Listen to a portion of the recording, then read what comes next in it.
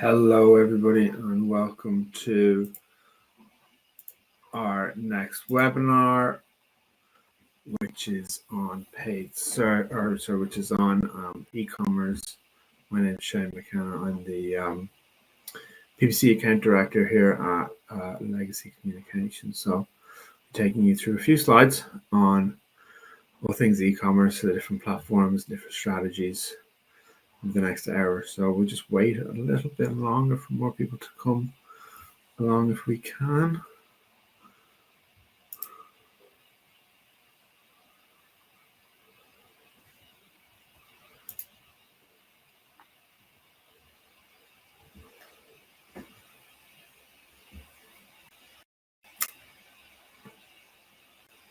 Just wait one more minute. We'll wait for people. I hope everybody's having a good Wednesday.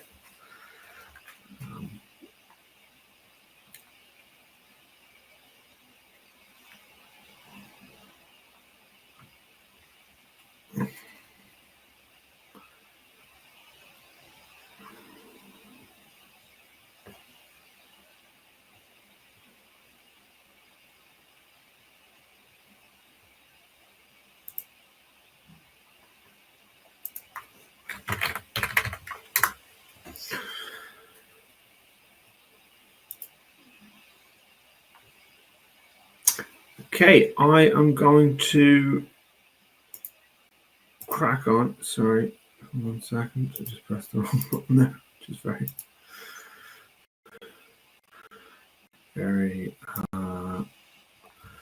good. Hello. Okay, everybody, welcome to our latest webinar on all things kind of, I suppose, it's PPC for e-commerce today. So we'll be talking about, we'll bring everybody through kind of, I suppose, the ins and outs of the different platforms. What are the different ad types? What are the different strategies, audiences, even some bidding, and just kind of a general run through of I suppose PPC for e-commerce. Really, it's obviously a massive I suppose like kind of industry and kind of sector within performance marketing. It's I think it's very multifaceted as well. So there's a lot of it's important. There's a lot of different platforms that we can use as well to attract people that are in different stages of the buying cycle. So people who are kind of actively researching products versus those that are ready to buy. So as I've mentioned, it's not a one-size-fits-all solution for everything. I suppose today I'm going to be talking about, the kind of what I see the top main kind of platforms really are in kind of that I would work with on a day-to-day basis within kind of performance marketing for e-commerce are generally Google, Amazon, Meta, so that breaks down into Facebook and Instagram, obviously, TikTok, and then Pinterest as well is another interesting platform. So, they can all be used to attract people in different stages of the buying cycle. Google, for instance, is, if we're looking at search, is generally kind of more geared towards people who are ready to buy. There is that search intent. But again, they do have, there's multiple different kind of ad types and again, kind of platforms, whether it's YouTube or, even Performance Max or Discovery Ads and kind of all that kind of stuff that can be used to target people up in the upper funnel areas as well. Amazon is obviously massive if you're selling online. It is a kind of a marketplace really that people go to buy and sell their products, but it's quite, it's kind of more of a walled garden really that I see it as. People kind of go to Amazon, stay within Amazon, all the activities within Amazon. Mainly the advertising is designed to to promote your products that you're already selling in the platform. But again, it is a huge e-commerce platform. And there's that big, there's a big e-commerce audience there. And there are numerous people out there that have, made very successful businesses with just selling on Amazon.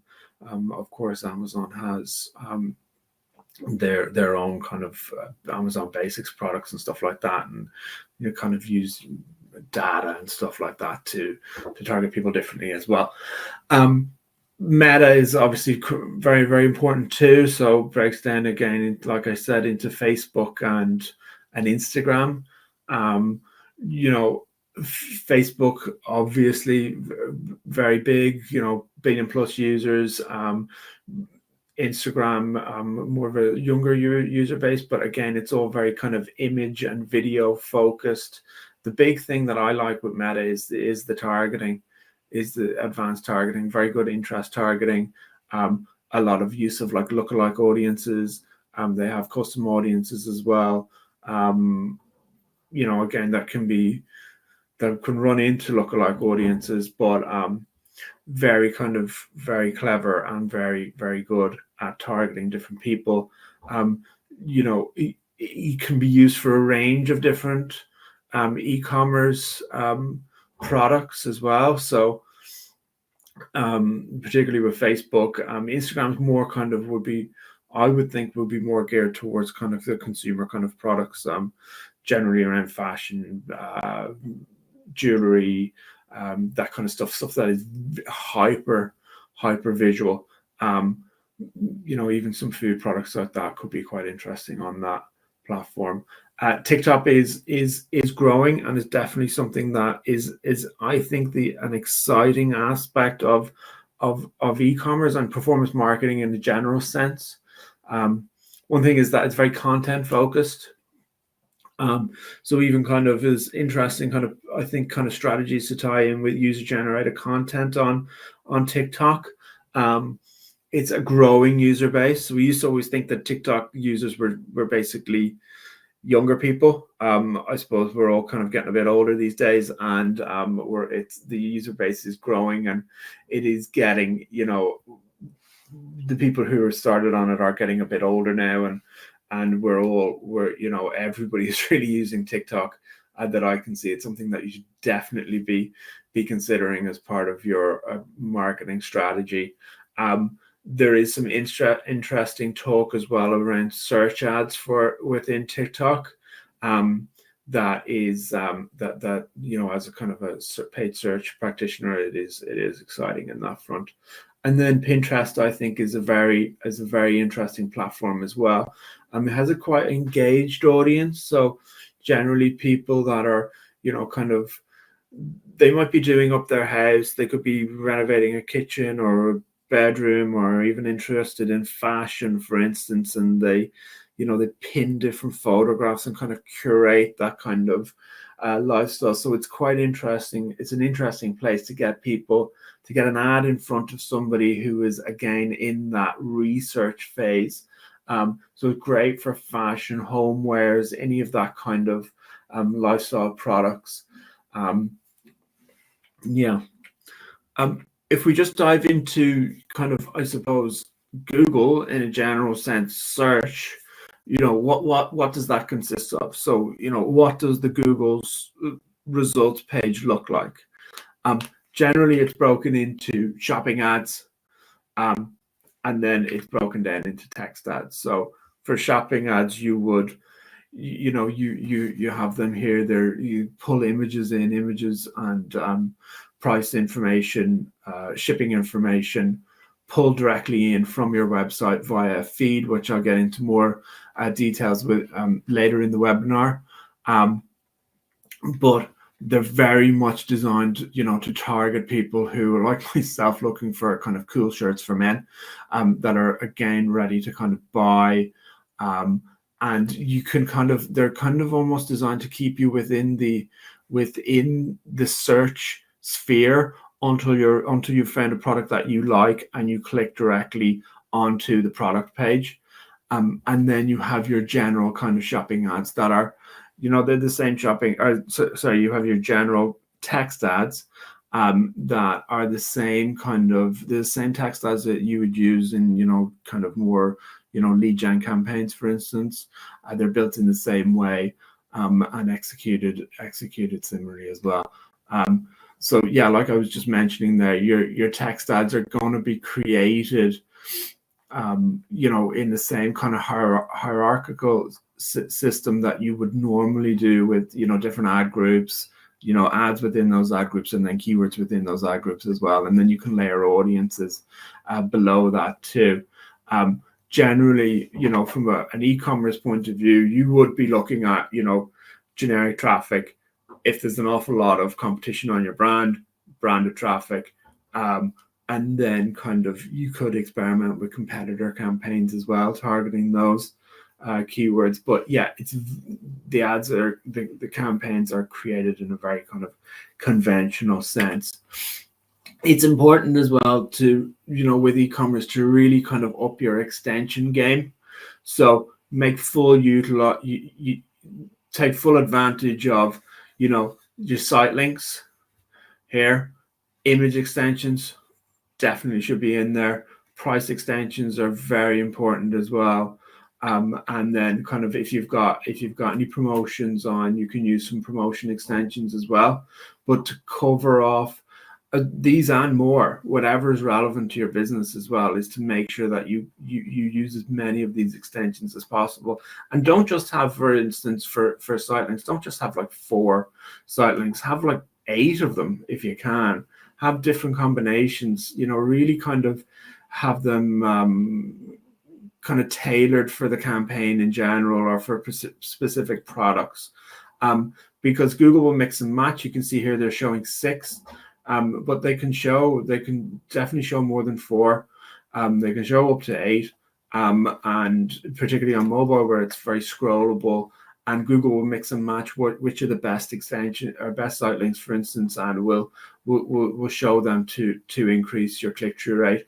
Again, with images, upload about 8 images or so to the system, so that you can again mix and match which images are driving or really kind of moving the needle. And yeah, I'm sure you've seen live that Google can show more than 1 images as well, particularly on mobile, and I think it looks very striking as well. But yeah, again, kind of with price extensions can be quite interesting to kind of to get people to kind of to look at individual products as well. And promotion extensions are valuable, obviously, if you've got a promotion on. One thing that's interesting about promotion extensions is they only work on a percentage off or monetary value off kind of basis. It won't necessarily work on a buy one get one free kind of mechanic if that's what you're using. With shopping ads, it's all about your feed.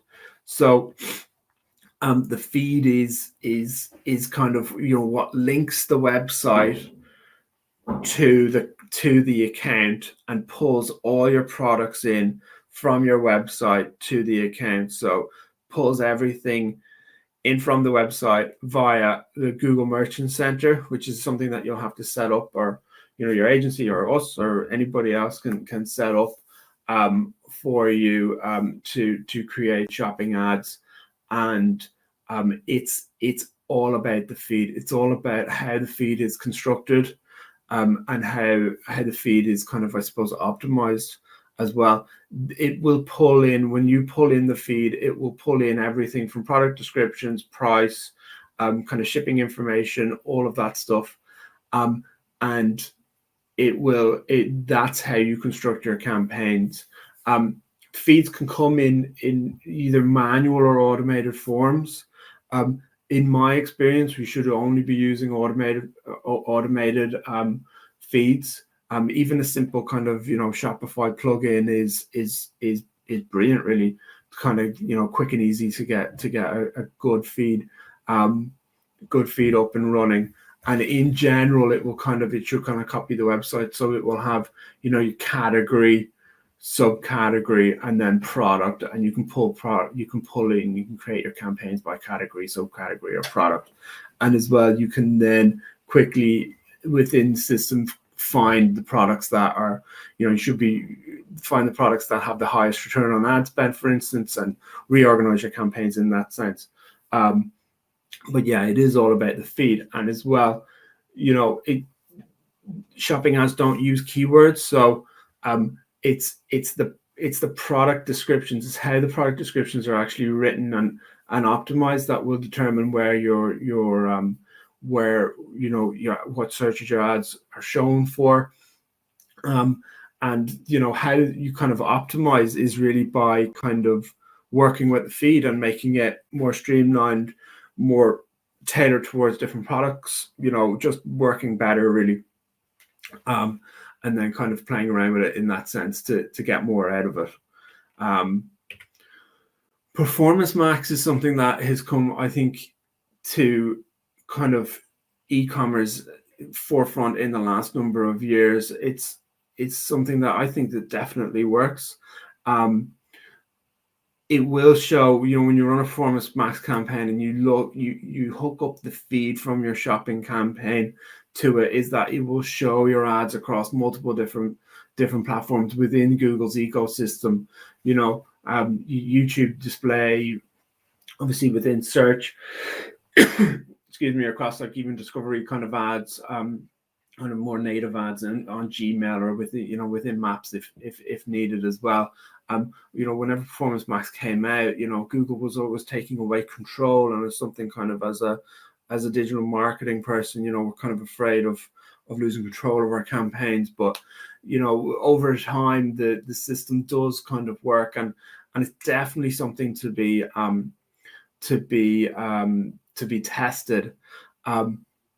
I suppose one thing I would say, and I'm going to talk about this later in the presentation, is in terms of bidding, is that you should be looking at kind of bidding and tracking towards a target return on ad spend figure, and then you can obviously allocate your Performance Max campaigns towards those kind of kingpin products that bring in the most revenue from your ad spend. And that's something that you can definitely optimize against. And dynamic remarketing is something that is I think is very interesting, and again something that can be tested on display ads and within other types of advertising. Is generally, if somebody leaves your website, show them the product that they've been looking at, across display, again within Google's ecosystem. So you can use that. I think you can set it up through the feed, but it's something that I quite like as well. And obviously it's very, very up to date with Mother's Day coming up, so don't forget to buy your mum flowers.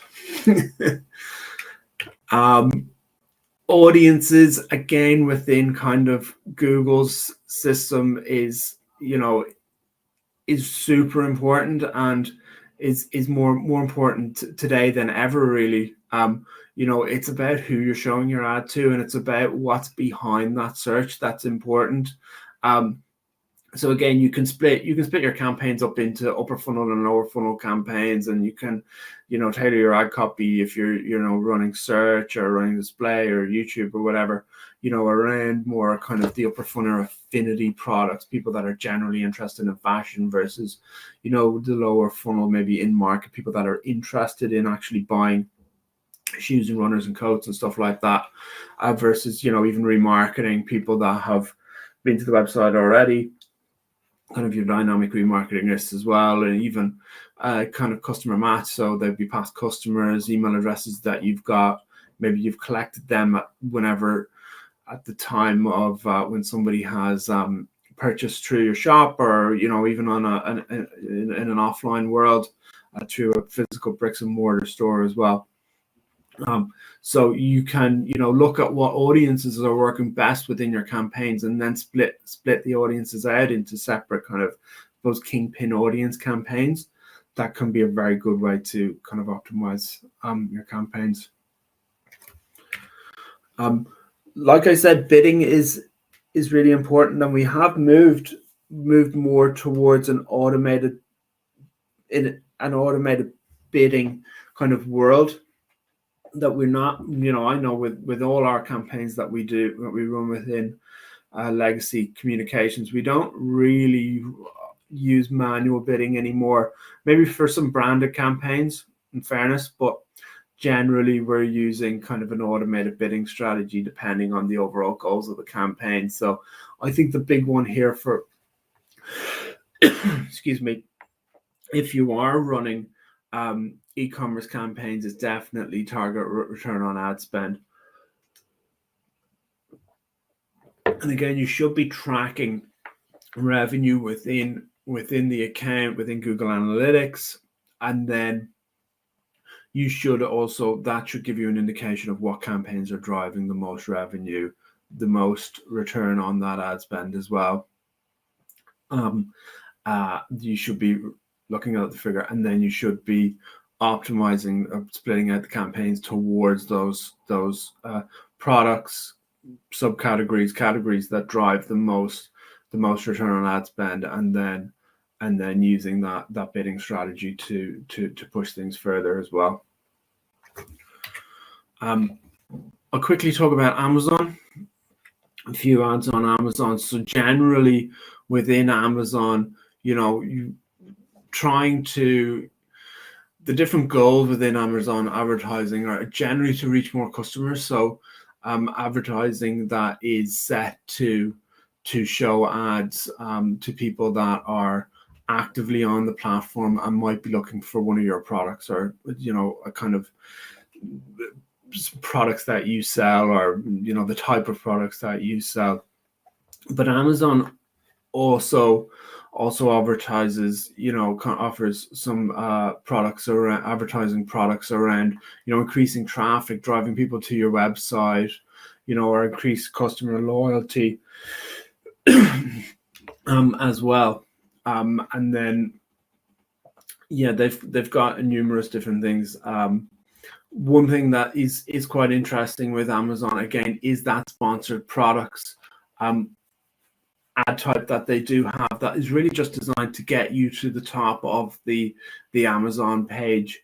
And again, it goes back to that Amazon quite a walled garden, and kind of, you really need to be at the top of the page, kind of, to get, to cover that top real estate and drive as much of that qualified traffic as possible. It's quite difficult, I suppose. There's a lot of areas around kind of SEO for Amazon and stuff like that to you, and there's, I suppose, something to be said about using a dual strategy there as well. But generally, it's for people who are on the platform and are looking for your products, and it's to try and keep them there, and to drive business within the platform. They do have some. There is some products on kind of building your brand, promoting your brand more within the platform that are interesting. So they have sponsored brands as well. That is very good. And as well with Amazon, you can run display ads, within the platform as well. That's something that could be tested out again to get more people at the top of the funnel. And then just to get them interested in your product and push them further down.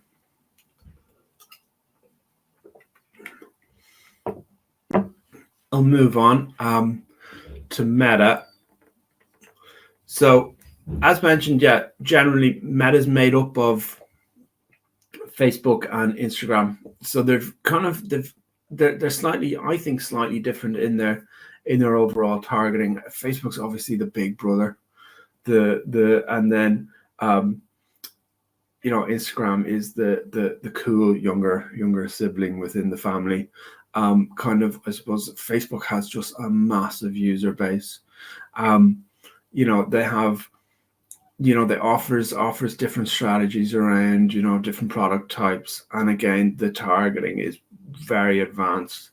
I suppose Instagram has a really large, kind of super engaged audience for certain product types, really hyper visual products, a lot of kind of user generated content as well. Would generally be a younger audience. It's an audience as well that I think is more comfortable buying on mobile. And again, kind of going back to what I said, is it is a very visual platform as well. The different ad types, so I suppose kind of within Facebook, and there's a lot of crossover as well here with Instagram too, is that, you know, it can generally be broken down into, you know, your image ads, your video ads, carousel ads, and then they've got there's collection ads as well. So general image ads, you know, these are all within the feed as well. And then, you know, your you know, very kind of standard ads lead to a website. You know, the video ads would be obviously a bit more engaging. Again, would lead to a website as well. Carousel ads are great if you've got multiple different products that you want to showcase, and then collection ads could be showcasing multiple different products, but within the same kind of product line. For instance, that is quite cool. I suppose Instagram's ad types really kind of, you know, again, very similar, but more real orientated. So again, there's general image ads in this video, and then, as I mentioned, there is real ads, and also carousel ads too within the feed. I should mention also that there is, you know, you can run ads within Facebook's Reel as well. So again, a lot of video ads within that, and there's different kind of product ads too. Excuse me. Again, Instagram has the collection ads as well, and they have a shopping feature that is very interesting. So you click on an ad, it brings you to a general kind of page, and you can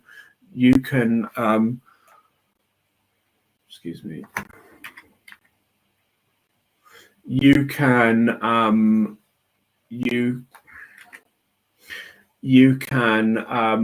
buy within the platform as well, which is great. As mentioned, the targeting is very cool, you know, on Facebook, and there is crossover with that onto Instagram as well. So you can target by, you know, obviously by demographics, age, and gender, but then by interests. So, you know, people that are interested in fashion, interested in electronics, people, you know, that are kind of, I suppose, part of a custom audience. So customer lists, remarketing, people that like your page, you know, people that have watched videos, is very good. And then there's obviously the lookalike audiences that are built on those custom audiences as well. And you can do, you know, the targeting is quite good. It's quite good in that sense that you can build audience types and mix and match all these together to build audiences for your campaigns. Advantage Plus is something that is, I think, quite interesting that Meta has brought out quite recently, and it's, you know, it's Meta's advanced AI and using that to kind of, I suppose, find your audience. So it runs very broad at the start, and then pulls everything, you know, kind of looks and where is it getting conversions from, and then we'll pin that back down to find your perfect audience. It uses past conversion data, pixel data, and like integrations with past ads to find the audience. So definitely something to be tested within the platform. I'm just gonna, I suppose, briefly talk about TikTok and Pinterest as well, and just talk about some of the strategies and different ad types that we have within these platforms. So TikTok, you know, it's a very much a growing kind of audience. Growing platform. It's very much on the up. The user base is growing. It's no longer just younger people that are using TikTok. You know, older people are using it as well. One of the interesting things about TikTok is that, I suppose, there's some numbers here that, you know, 73% of TikTok users visit shopping sites. So generally people on TikTok, they are, you know, kind of up for buying products online. Again, it would have kind of historically gone towards a more of a younger user age group that's more comfortable, I think, buying online. What's interesting as well is that 39% of purchases are influenced by TikTok videos. So it's kind of it is very much a content driven platform. It's very much around kind of creating videos that are kind of specifically for TikTok. There's definitely something to be said about the type of content that people are creating on TikTok, that it's all kind of very homemade looking almost, and very much user generated, and I've seen that myself come into kind of feed into other platforms as well. Video, kind of around Facebook's Reels, for instance, so that it is very much kind of all about the ad, that's advertising, but all about the content as well, and kind of how quick, how short the content, how punchy it is, and even like there's quite interesting strategies to be done around targeting, kind of targeting different kind of content providers on the platform as well. So the ad types that they have are generally kind of your general in feed ads, top viewer ads, and then they have a number of kind of branded advertising, so branded takeovers and branded effects. Branded effects uses some augmented reality that's very interesting, and then Spark ads as well. In terms of audiences, it's not as advanced as Facebook's, as Meta's, but it is quite good in that sense that yes, you've got your remarketing, yes, you can use email uploads, your kind of custom audiences, and you can do interest and behavior audiences. But there's also kind of engagement, is that you can target people that are making content about certain products. So for instance, you can target kind of influencers, or kind of target people that are viewing influencers around fashion, for instance, or around different industries, which is quite cool, to be honest. But they don't have this. I don't think there's any kind of lookalike audiences on that as well. But that's definitely something that will probably hopefully be coming along soon. In terms of Pinterest, again, like I mentioned earlier, it's a very good platform for certain industries: fashion, homewares, jewelry, all of that kind of stuff. Very visual focused. Very good for kind of showing ads to people that are within the kind of research phase more so than anything. But yeah, they've got kind of image ads, video ads, carousel, shopping, and collection ads as well. So in the same vein as some of the other platforms, but definitely one to kind of test if you're in that field. And then one thing I should say is that they don't all work together. They all work kind of, they all should be working. Sorry, one thing I should say is that they all work together. They shouldn't be working independently of each other. We should have something we call omni-channel marketing, where they're talking to each other, and you're using insights from one platform in another platform. For instance, what copy is getting the best click-through rate? Can we replicate that somewhere else?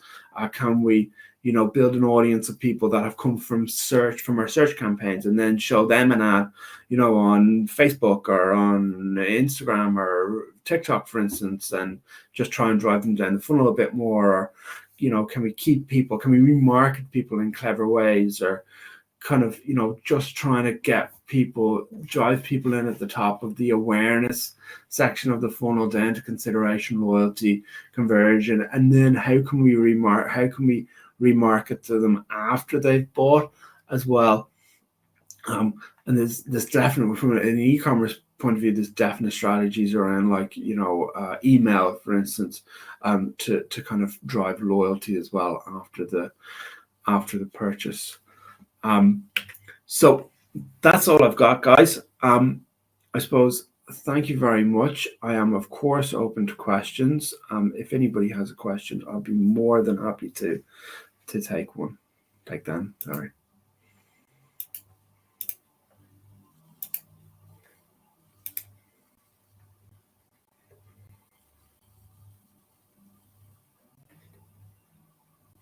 Thank you, Christine. I'm happy that you found it insightful, and everybody else did. If there's no questions, we can leave it at that, guys. So thank you very much for coming to our latest webinar. If you have any questions, or if you want to reach out, my email is below, shane@legacycommunications.com, and I look forward to seeing you at our next webinar. Thank you so much. Bye-bye.